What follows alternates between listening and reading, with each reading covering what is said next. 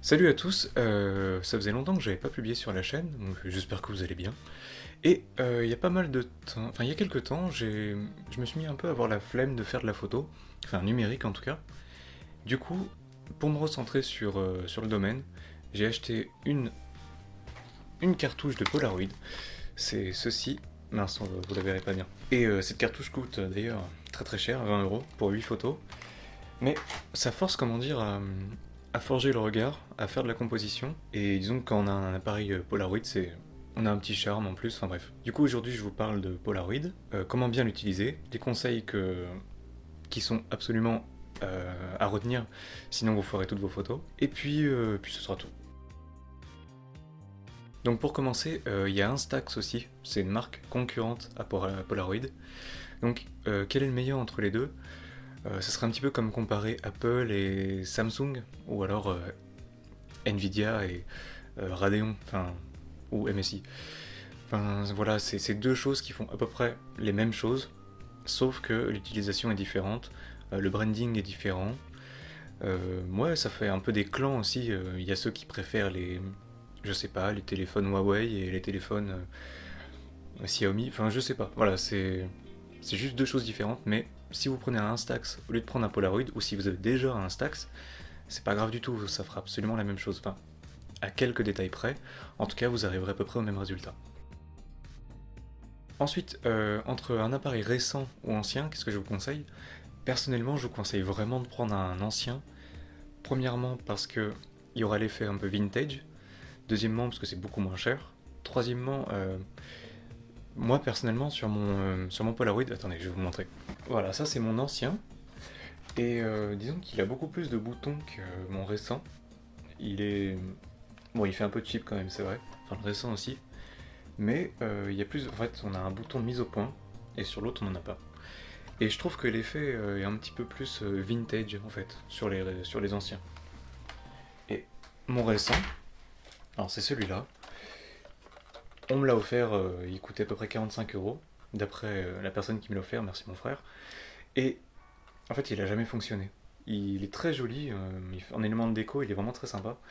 Mais il a jamais fonctionné une seule fois. Il n'y a pas de flash, il n'y a pas de bouton de mise au point. Moi, je vous conseille de prendre un ancien. D'occasion, ça vous coûtera 5 €. Moi, je l'ai acheté 5 € mon Polaroid. Peut-être plus que 5 €, mais en tout cas, ça vous coûtera pas très cher. Et je trouve que pour les récents, en fait, la qualité, elle est pas vraiment vintage, elle est juste un peu mauvaise, je trouve. Ensuite, concernant les réglages, tout ce que vous avez à faire, c'est d'ouvrir cette petite partie qui se trouve ici, et à l'intérieur, vous allez mettre une cartouche. Donc, je vais en mettre une qui est utilisée. Vous avez donc ça, qu'il ne faut surtout pas exposer à la lumière, et par-dessus, normalement, il y a une feuille noire. Je vous la montrerai après parce que c'est important. Vous prenez la cartouche et vous la mettez tout simplement dans le réceptacle qui se trouve là. Voilà. Vous l'enfoncez et vous refermez. À ce moment-là, en fait, vous aurez cette petite feuille, comme ceci, qui sortira automatiquement de l'appareil. Du coup, une fois que votre feuille noire est sortie, il va falloir faire les réglages. Donc pour ça, c'est très simple. Vous avez normalement un bouton de mise au point, une petite réglette, mais si vous ne l'avez pas, en soi, vous n'avez pas vraiment besoin de faire la mise au point. Après, il y a des Polaroid qui sont... ils ont un autofocus, ils sont beaucoup plus chers, ils sont à 300 € ou peut-être même 500 € je crois.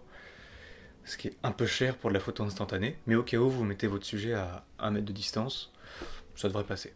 Ensuite, vous avez une petite flèche noire et blanche. Alors ça, j'ai un petit peu eu du mal à comprendre au début. En fait, c'est tout simple.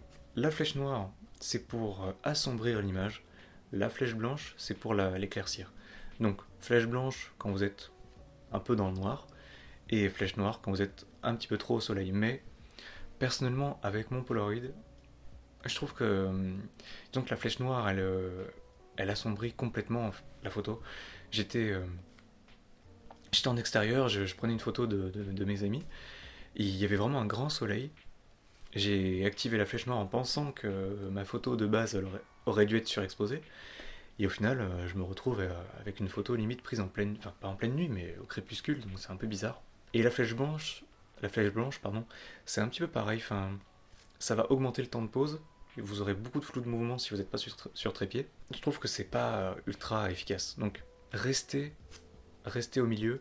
Donc je sais pas comment on dit, ne touchez pas à cette réglette, et normalement ça devrait aller. Ensuite, vous regardez à travers le viseur, il vous suffit d'appuyer sur le petit bouton sur le côté qui se trouve ici, si vous allez le voir. Ouais, juste là. Je vais pas le faire parce que mon Polaroid, il est actuellement, il y a des photos qui restent, enfin, il reste des photos dedans. Et ça coûte un petit peu trop cher pour faire un test comme ça. D'ailleurs, attention, parce que le viseur, il est pas totalement fidèle par rapport à ce que vous allez avoir sur l'image. Donc, moi personnellement, le viseur vise un tout petit peu vers le haut, je crois. Du coup, la photo finale est un petit peu plus basse que prévu. Enfin, l'angle de vue est un peu plus bas. C'est un petit peu chiant, faut toujours prendre ça en compte. D'ailleurs, je crois que l'image est un petit peu croppée. Alors, croppée, ça veut dire, comment dire, recadrer ou couper. Et une fois que vous avez votre sujet devant vous, que tout est bon, vous appuyez, vous déclenchez, la photo sort, et c'est tout. Félicitations, vous avez votre photo instantanée. Donc maintenant, je vais vous donner quelques conseils pour ne pas faire de conneries par rapport à ça, par rapport au Polaroid, parce que on peut faire pas mal de conneries qui vont vous foirer les 8 photos qui coûtent à peu près 3 € unité. Donc, alors premier conseil, c'était quoi déjà? Ah oui, ne pas mettre les doigts devant la sortie des photos, évidemment. C'est-à-dire, ne faites pas ça. Voilà, c'est con, mais c'est logique. Ensuite, je vous conseille d'avoir une petite boîte hermétique à la lumière, parce que les photos, quand elles sortent, elles sont toujours assez sensibles à la lumière, forcément, et aussi sensibles à la chaleur. Donc vous pourriez vous dire, je vais la mettre dans ma poche et tout, ça sera dans le noir. Sauf que non, dans votre poche, il y a votre corps qui va réchauffer la poche, donc la photo, et plus la photo sera, entre guillemets, réchauffée, plus le bruit va être accentué. Donc sur cette photo, par exemple, je sais pas si vous allez bien voir, je vais faire un petit zoom. Hop. Non, je pense que vous verrez. Donc sur cette photo, par exemple, j'avais pas activé mon flash, enfin, j'ai caché mon flash comme un abruti, parce que je pensais que ça allait faire trop de lumière, je voulais que ça soit un petit peu plus, un petit peu moins contrasté en fait, et les noirs sont complètement bouchés. Ma copine à gauche, on la voit à peine. Et en plus de ça, en fait, j'avais mis la photo dans ma poche.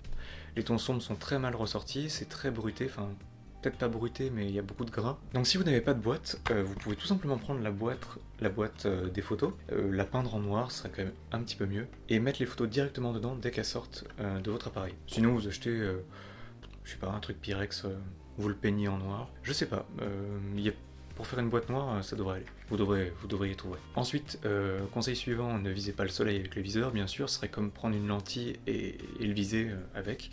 Vous allez juste vous cramer l'œil. Au moment de la prise, tenez bien le boîtier parce que le petit déclencheur est assez... Il est pas très dur, mais le boîtier est assez léger. En appuyant sur le déclencheur, vous risquez de faire bouger l'angle de vue du boîtier et donc de changer la photo, enfin l'image que vous aviez en tête à la base. Et dernier conseil, je vous en ai déjà parlé, c'est le flash. Normalement, vous en avez un. Ne le cachez pas avec votre main parce que ça rendra juste très mal. Surtout, utilisez toujours le flash, il est fait pour ça, et ouais, il est vraiment là pour une raison, donc utilisez-le. Ensuite, je vais vous parler des artefacts. C'est des petites anomalies en fait qu'on trouve, qui sont pas vraiment prévues à la base, et qu'on trouve sur toutes les photos Polaroid.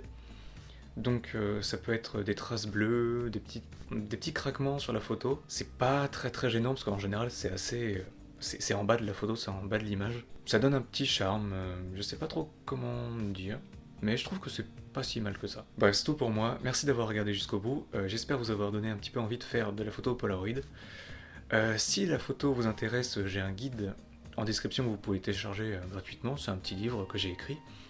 Il y a aussi un petit livre sur l'astrophotographie, c'est l'art de photographier les étoiles. Et je pense que ce sera tout pour moi. Je vous dis à la prochaine, merci d'avoir regardé jusqu'au bout. Abonnez-vous, mettez un j'aime. A plus.